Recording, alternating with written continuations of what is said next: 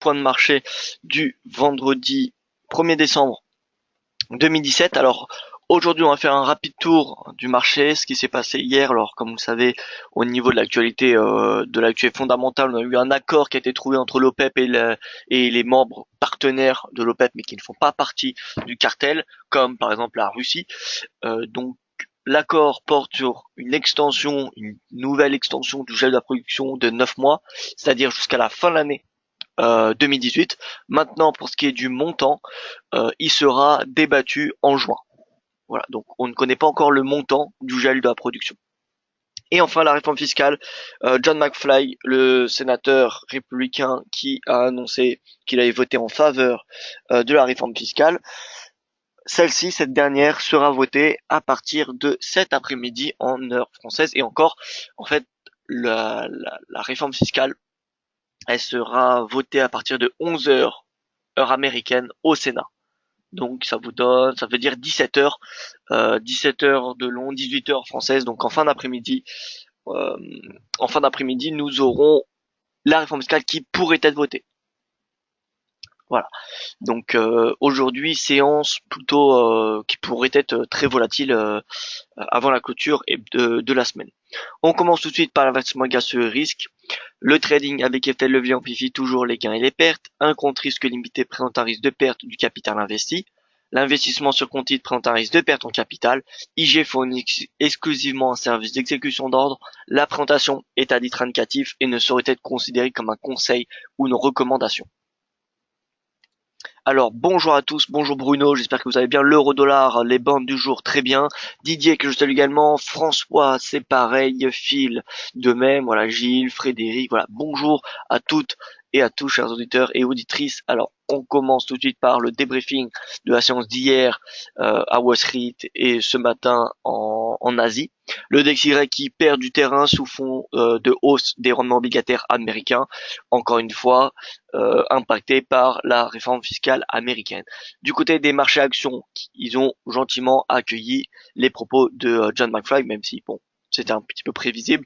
Dow Jones qui bondit de 1,39%. Je vous rappelle, le Dow Jones a la pondération la plus importante sur le secteur bancaire par rapport au S&P ou le Nasdaq. Donc c'est celui qui profite le plus de la hausse des valeurs bancaires et également en fait, tout simplement de la hausse des rendements du 10 ans. C'est par exemple, si vous êtes bullish sur les rendements à 10 ans, vous pensez que voilà, c'est les rendements, c'est le marché obligataire qui va leader, qui va superformer, pardon, qui va permettre de guider les marchés actions, pardon. Et bien alors pensez un petit peu plus, pardon, en termes d'investisseurs, d'un point de vue investisseur, pardon, peut-être que le Dow Jones est plus adapté. Voilà. Maintenant, si vous êtes plus sur le secteur technologique, comme vous savez, il y a Nasdaq, et si vous êtes entre les deux, si voilà, si vous ne savez pas trop, si voilà, peu importe la raison pour laquelle, si vous ne voulez pas vous exposer trop sur un secteur, eh bien le S&P c'est celui qui est en théorie le plus diversifié. Donc tous les indices américains ont clôturé dans le vert hier, le yen qui perd du terrain ce matin, le gold qui est un peu près à l'équilibre, le Nikkei qui progresse, encore une fois le Hang Seng et le MSCI Asia Pacifique qui ce matin perdent du terrain.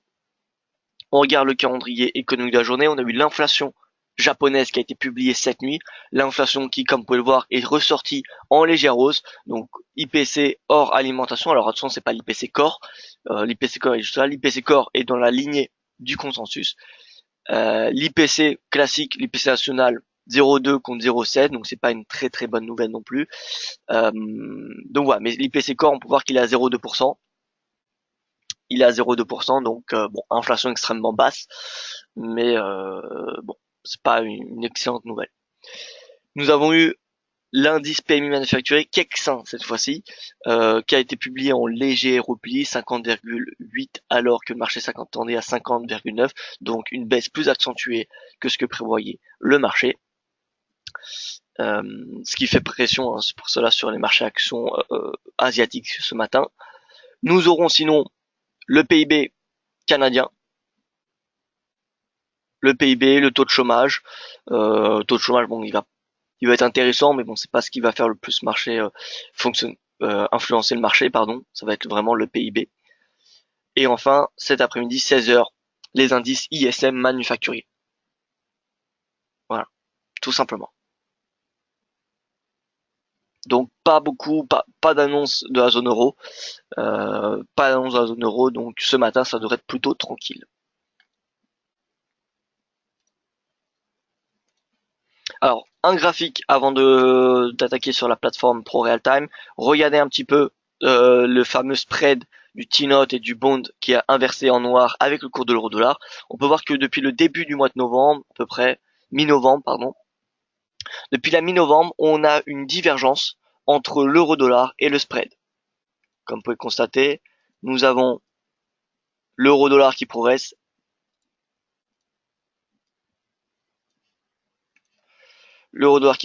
alors que le spread diminue.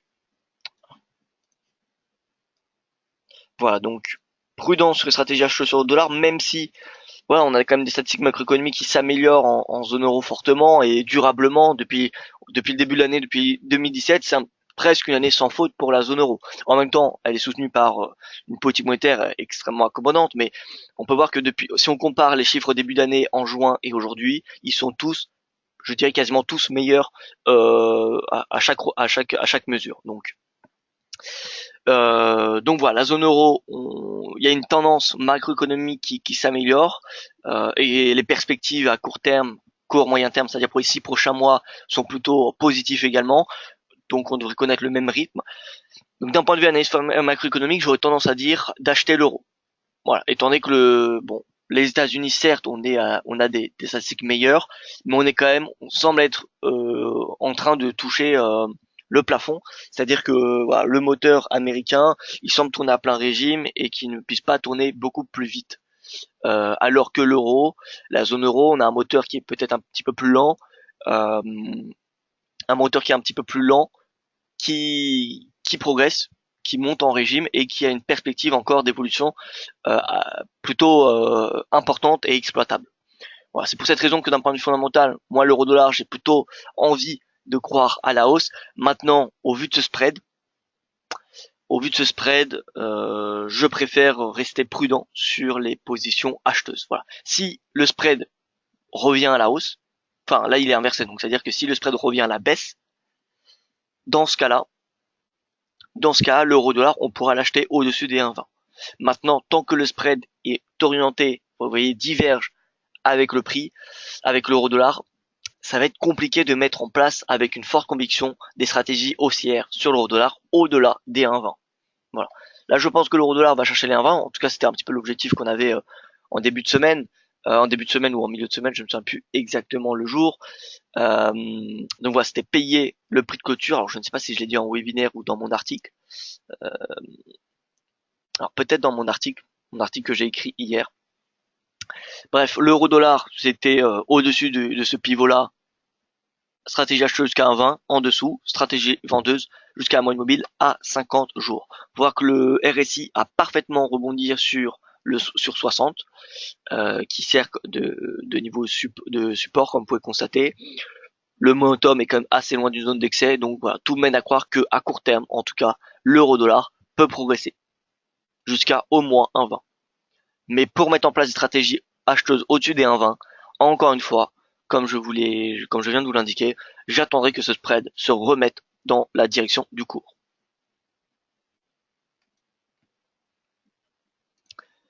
On fait un tour sur le DXY, qui a retracé hier l'intégralité de sa hausse du début de semaine. Donc rebond sur ce support, on peut voir que cette résistance et ce support jouent un rôle parfait depuis le début de la semaine. Ils n'ont pas été dépassés, alors il y a quelques zones d'excès en intraday, mais voilà, ils n'ont pas été cassés en journalier. Donc ça reste à court terme d'un point de vue technique un range trading qui se dessine sur le DXY. Donc on ne peut que compter sur les autres devises pour créer des tendances pour le moment. En tout cas tant que le DXY est compris dans ce range. C'est-à-dire que le GBP USD, nous sommes haussiers. Enfin moi je suis haussier en tout cas. On a émis un signal haussier dans le webinaire de mercredi jusqu'au précédent sommet à 1,36, 1,3550. Là on y arrive presque. Alors attention, comme on l'a dit hier, le GBP certes c'est haussier, mais il arrive également à bout de souffle. Quand on regarde le GBP USD, l'euro GBP ou même le GBP Yen, c'est des paires qui arrivent sous résistance, ou le GBP arrive sous résistance. Donc voilà, mettre en place des stratégies acheteuses GBP pour du court terme, ça va être risqué. Euh, pour du moyen terme, long terme, je pense que la vision, la clarté au niveau du Brexit et des statistiques macroéconomiques sont pas assez favorables pour viser par exemple sur le GBP USD ou sur une autre devise, une autre paire, des nouveaux sommets annuels. Voilà, je ne crois pas aux nouveaux sommets annuels pour le moment. Donc le GBP, je pense qu'il y a assez de jus pour qu'ils viennent chercher les 1,36. Maintenant, je pense que c'est le maximum que nous pouvons nous attendre, étant donné que les chiffres statistiques les chiffres macroéconomiques sont quand même pas pas exceptionnels au Royaume-Uni. Certes, ce n'est pas catastrophique, mais alors que le Royaume-Uni c'était quand même un des moteurs mondial au niveau de l'économie en 2017 et depuis le vote en faveur du Brexit tout simplement, c'est un petit peu le grand absent. C'est pas le Royaume-Uni qui tire la croissance mondiale vers le haut. On a une croissance qui est moindre que la moyenne mondiale. On a une inflation qui est extrêmement élevée, on a un taux de chômage qui est bas, on a une production industrielle qui diminue, on a des investissements qui diminuent. Donc voilà, en termes de développement, en tout cas à moyen long terme, au vu de ce qu'on a connu depuis le vote en faveur du Brexit, ça ne donne pas une perspective très positive. Maintenant, à court terme, comme je l'ai dit, l'avancée de la négociation du Brexit donne confiance au marché qui croit en des négociations sur les futures relations commerciales entre l'Union européenne et le Royaume-Uni. Donc voilà, ce sentiment-là satisfait le marché qui paye la livre. Donc voilà, en clair, pour le GBP, maximum, c'est l'objectif haussier, c'est 1,3550, 1,36. Voilà, 1,3550, 1,36, clôture la position acheteuse et on attend de voir comment le marché réagit. Regardez un petit peu l'euro GBP. L'euro GBP, c'est pareil, il arrive sur un niveau de support. On n'y est pas encore, on y est presque, mais vous pouvez voir que le potentiel baissier sur l'euro GBP, en tout cas sur mon graphique, moi je le vois à court terme assez limité. Voilà. Et tant qu'on est dans ce range, pour moi, il reste valide. Donc, je ne vais pas mettre en place des stratégies vendeuses au-delà de ce support. Voilà, moi, ce que j'anticipe. Tant qu'il n'est pas cassé, ce range, il y a plus de probabilité, d'un point de vue technique, que l'euro GBP oscille dans celui-ci, plutôt qu'il le casse. Voilà. Donc, en bas du range, faut s'intéresser à l'achat. En haut, faut s'intéresser à la vente. Comme ce qu'on a fait les précédentes fois. Le NZD-USD, alors où il en est, donc NZD-USD, on a toujours cette divergence baissière qui a été validée. Bon, NZD, on est toujours sur le niveau de support, alors donc attention, hein, ne pas vendre précipitamment, même si moi j'ai plutôt un sentiment haussier sur NZD-USD à court terme, bien évidemment. Voilà, ne pas non plus tomber dans l'euphorie, ne pas vendre déjà parce qu'on est sur un niveau de support. Maintenant acheter, ça fait déjà depuis une semaine que j'avais annoncé que cette divergence serait intéressante et qu'elle coïncidait avec le niveau de support. Donc c'était un scénario pour passer à l'achat, Donc voilà, moi je n'ai plus rien à dire sur le NZD-USD tant qu'il maintient ce niveau de support d'un point de vue hebdomadaire, les 0,68. Tant qu'il n'a pas cassé les 0,68 en hebdomadaire, pour moi, la stratégie haussière reste valide. Maintenant, si c'est cassé, d'un point de vue technique, le scénario sera annulé. L'USD CAD, la moyenne mobile à 200 jours, enfin atteinte. Voilà, enfin, parce que ça fait quand même pas mal ça fait presque 2 mois qu'on vise la moyenne mobile à 200 jours. Maintenant, on a eu différentes positions. La dernière, c'était lundi matin. Cette fois-ci, parfait timing pour direction la moyenne mobile à 200 jours. Vous voyez qu'on a une prise de bénéfice à cette moyenne mobile, ce qui montre bien l'importance de celle-ci. On clôture à la moyenne mobile et ce matin, ça vend. Voilà, donc l'USD CAD, plus rien à faire pour le moment là-dessus. L'USD CHF, alors rien à dire. Enfin moi en tout cas je n'ai rien à dire. L'USD Yen, rebond, le momentum qui, comme vous pouvez le constater, s'approche de cette oblique. Donc tout ce qu'il faut anticiper, ce qu'il faut mesurer, ce qu'il faut essayer de mesurer, c'est est-ce que cette marge de progression du momentum va aboutir à une hausse du prix jusqu'à 114 ou de seulement une centaine de pips. Voilà. telle est la question. Il n'y a pas de relation entre les deux. C'est pas parce que par exemple le RSI va augmenter d'1 point que ça va augmenter de 10 pips sur le SDN. Il n'y a pas de relation. Donc, voilà, personne ne peut le savoir avec certitude, ça c'est sûr. Maintenant, d'un point de vue technique, au vu de la tendance actuelle, j'aurais plus tendance à dorénavant me positionner à l'achat. Maintenant, encore une fois, au vu des derniers trades sur le yen qu'on a parlé dans ce webinaire ces 2 dernières semaines, je vais m'abstenir de donner une conviction. Voilà.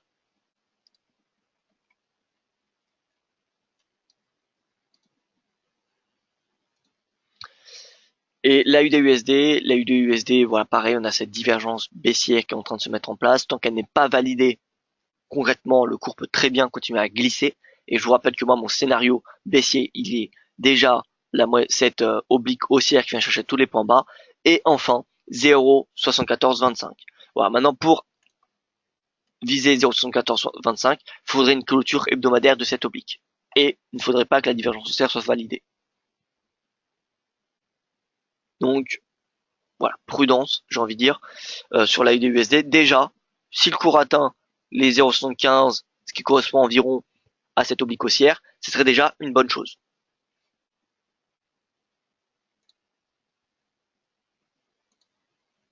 Alors, regardons un petit peu le GBP AUD. GBP AUD, pareil. Alors, GBP AUD, on a eu un nouveau plus haut. GBP CHF. Là, l'objectif, il a été atteint hier. Cet objectif qui était les précédents records.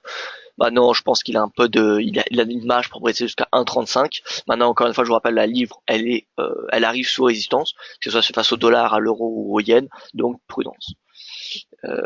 Donc, voilà.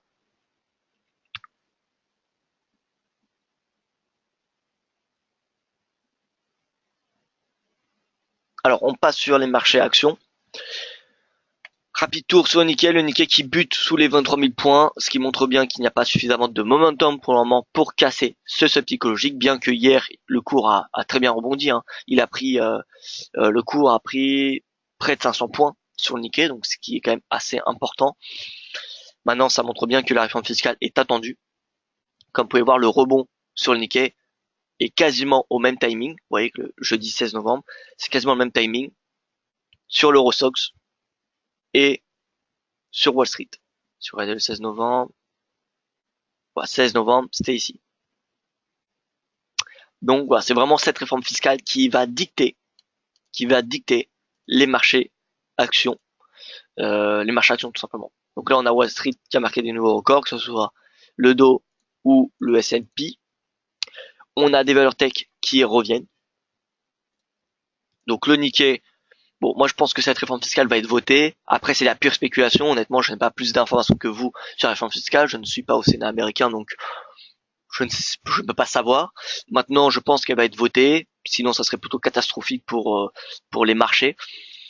Bon, maintenant, les sénateurs vont pas voter pour les marchés. En tout cas, je doute qu'ils votent pour la tendance du S&P, mais bah, ça me semble peu probable qu'elle soit annulée cette réforme. Donc, le Nikkei, moi je suis plutôt haussier, tout comme l'Eurostoxx ou le S&P 500. Pour les comptes de trading en euros, forcément, j'aurais tendance à privilégier les indices de la zone euro parce que avec le taux de change, les performances des indices mondiaux vont changer. Par exemple, si vous mettez le S&P en euros et le S&P en dollars, la performance ne sera pas la même. Donc si vous avez un compte de trading en euros, il faut regarder les indices en euros. Et les indices en euros, ce qui surperforme, c'est le CAC ou l'Eurostoxx. Même si en valeur absolue, si vous regardez juste le S&P face à l'Eurostoxx, eh bien le S&P fait 2 fois mieux que l'Eurostoxx. Oui, mais avec le taux de change, en fin de compte, l'Eurostoxx fait bien mieux que le S&P. Regardez un petit peu, je vous fais rapidement voir. Ça, c'est très important d'un point de vue trading et même d'un point de vue investisseur. Donc là, si on regarde le CAC 40 par exemple,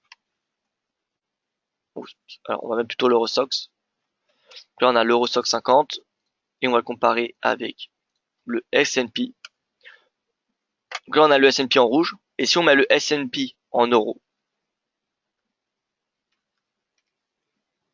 parce que vous savez que les actions américaines sont en dollars.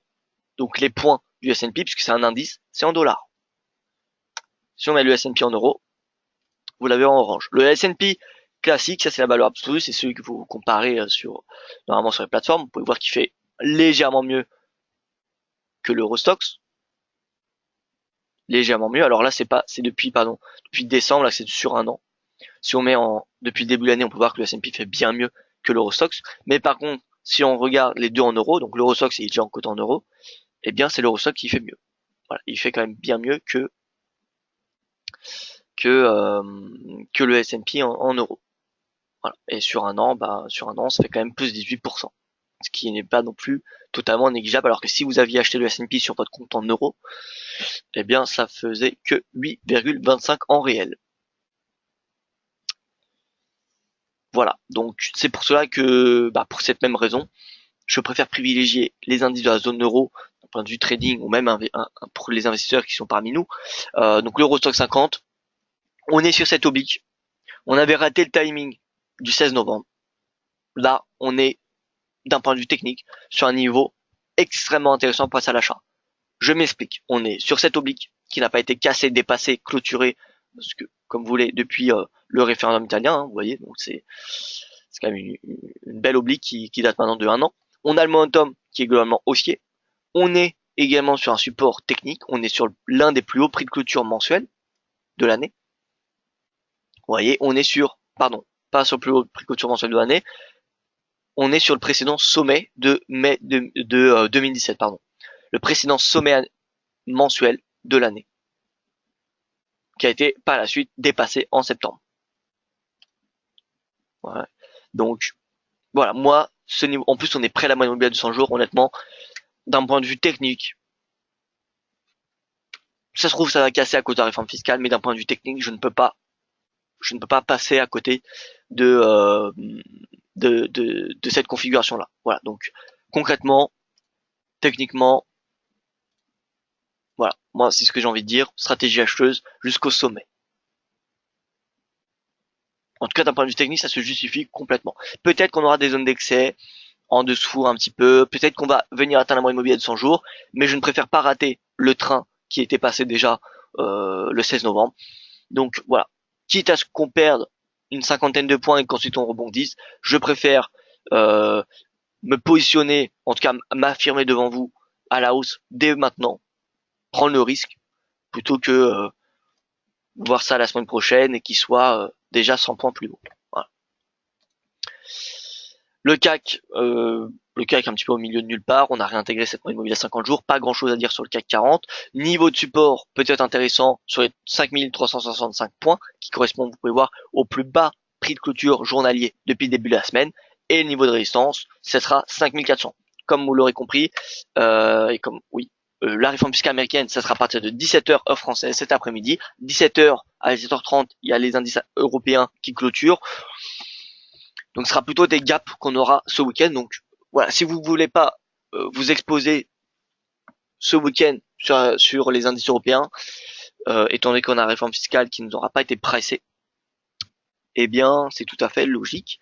Donc voilà, en tout cas sachez qu'il y aura très probablement un fort gap, que ce soit la hausse ou la baisse, tout va dépendre de l'aboutissement de la réforme fiscale américaine cet après-midi. Mais voilà, il y aura, à mon avis, un gap. Un grand gap, pardon. Et excusez-moi, j'ai oublié de préciser, la réforme fiscale, donc elle est prévue aujourd'hui, mais elle peut très bien ne pas être votée aujourd'hui. D'accord? C'était prévu jeudi ou vendredi. Maintenant, s'il n'y a pas d'accord de trouver, ça sera reporté. Voilà, je préfère vous le dire parce que si on en parle la semaine prochaine, au moins ça sera clair. Le DAX, pareil sur support, ce qui coïncide également avec mon analyse technique de l'Eurostoxx 50 qui est également sur support. Donc voilà, je préfère croire à une hausse des indices marché actions européens. En tout cas, si on met de côté la réforme fiscale, d'un point de vue purement technique, on est quand même sur des niveaux intéressants.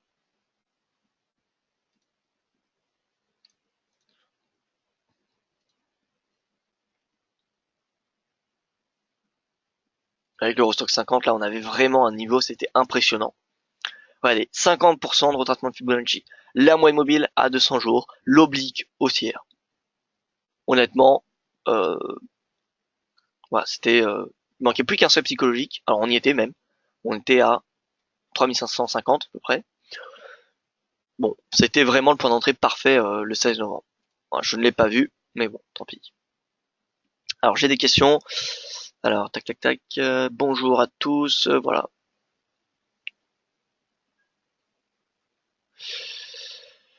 Alors on continue. Donc en fait j'ai pas de questions, c'est que des bonjours. Donc voilà, bonjour à ceux qui viennent de nous rejoindre, hein. Le cours de l'or, range trading. Voilà, on a une belle baisse depuis mercredi, belle baisse avant la réforme fiscale.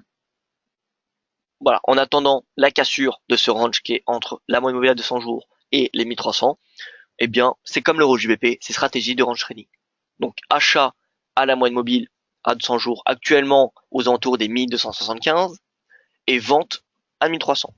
Et tant que cette stratégie fonctionne, autant la garder.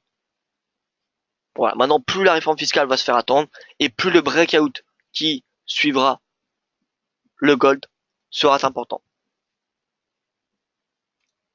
Pour ce qui est du brut et du Brent, vous pouvez voir qu'hier, bon, l'OPEP, comme ce qui avait été prévu dans le webinaire, on a eu certes l'extension du gel de la production, mais nous n'avons pas le montant. Et c'était ce montant-là qu'aurait pu être le catalyseur justifiant une hausse du pétrole, une nouvelle hausse. Parce que l'extension du gel, il a été pricé, ça fait quand même plusieurs semaines, j'ai envie de dire même quelques mois, que cette nouvelle extension est pricée, est intégrée par le marché dans le prix.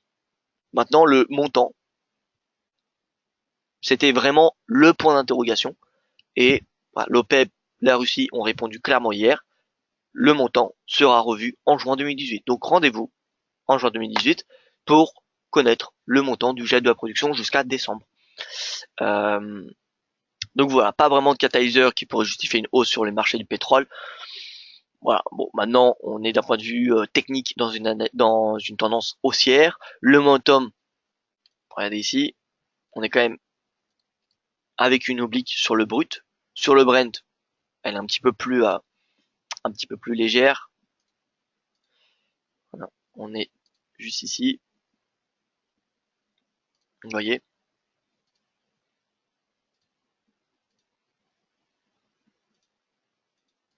Voilà, donc on a des obliques haussières quand même qui matérialisent, qui illustrent bien qu'on est dans des tendances. Donc voilà, moi j'aurais plus envie de me positionner à l'achat. Maintenant, en termes fondamentaux, pas réellement de catalyseur. Mais bon, le brut, pardon, là on est sur le brut. Le brut, je pense qu'il peut très bien venir chez les 60 dollars d'ici les prochaines séances. Voilà. C'est vrai qu'on n'a pas vraiment de catalyseur, mais d'un point de vue technique, honnêtement, le risque, je pense qu'on peut prendre le risque de viser 60 dollars au vu des signaux techniques. Surtout cette oblique. C'est vraiment cette oblique qui me donne la conviction qu'on peut déjà revenir au sommet à 59 et même viser 60.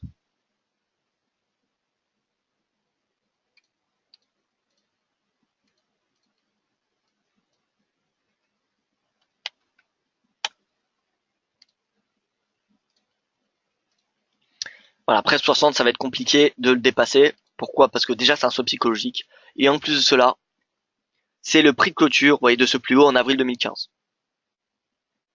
Donc, voilà, c'est peu probable qu'on le dépasse.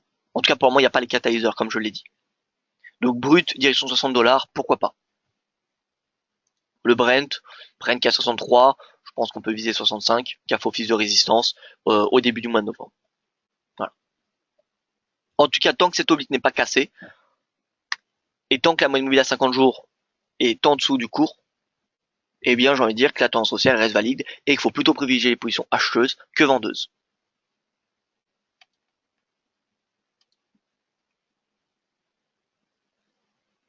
Bonjour Valentin, est-ce qu'il y a des niveaux importants entre UT 4 heures, 1 heure et daily en général? Des niveaux, alors déjà les niveaux les plus importants, j'ai envie de dire, c'est va être, on va retrouver d'un point de vue technique, hein, on va retrouver les prix de clôture, d'ouverture des plus hauts et des plus bas de la veille.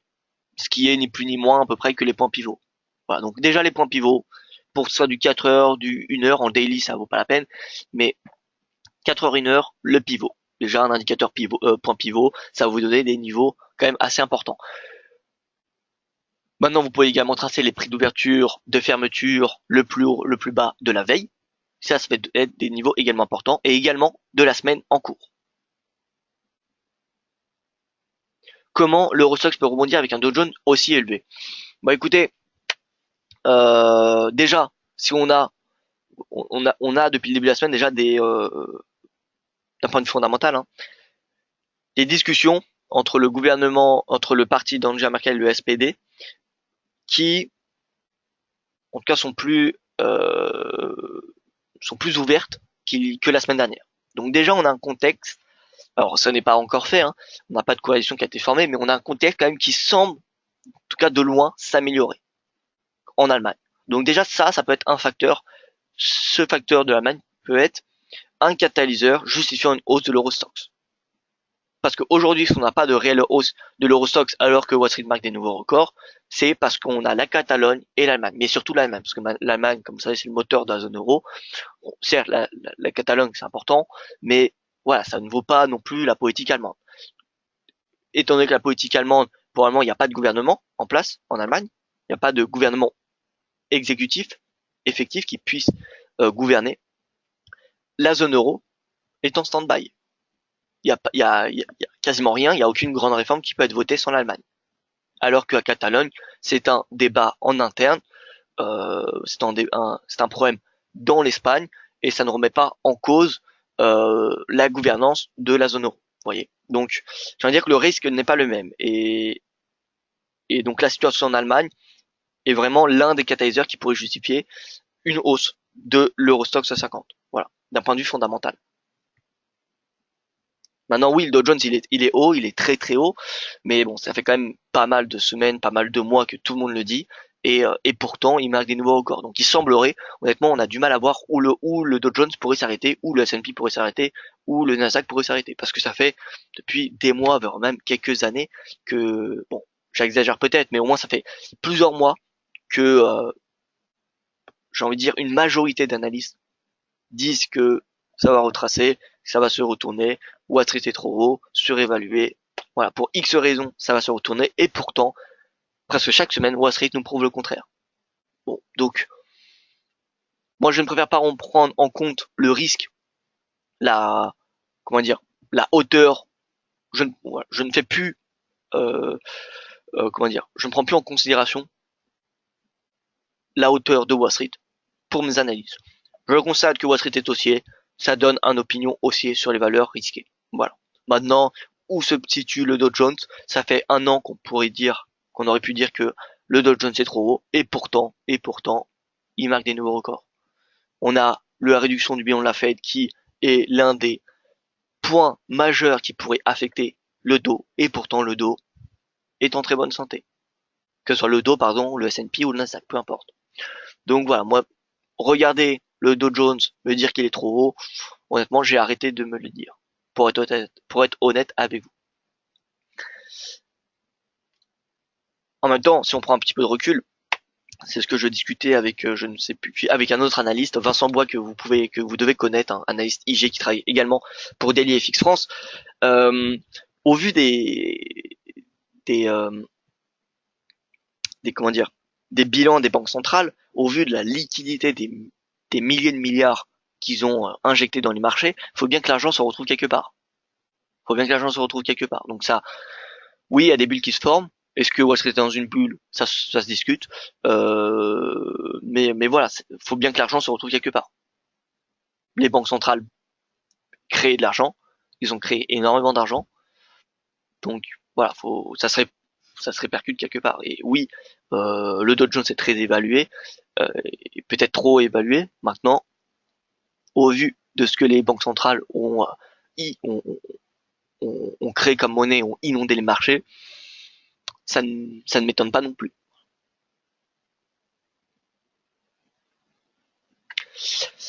Voilà, écoutez, moi j'ai fait le tour du marché. En tout cas, je n'ai plus rien à rajouter. Je vous remercie pour votre attention et je vous donne rendez-vous donc lundi de la semaine prochaine pour mon prochain point de marché. Soyez prudents en attendant et je vous souhaite un excellent week-end.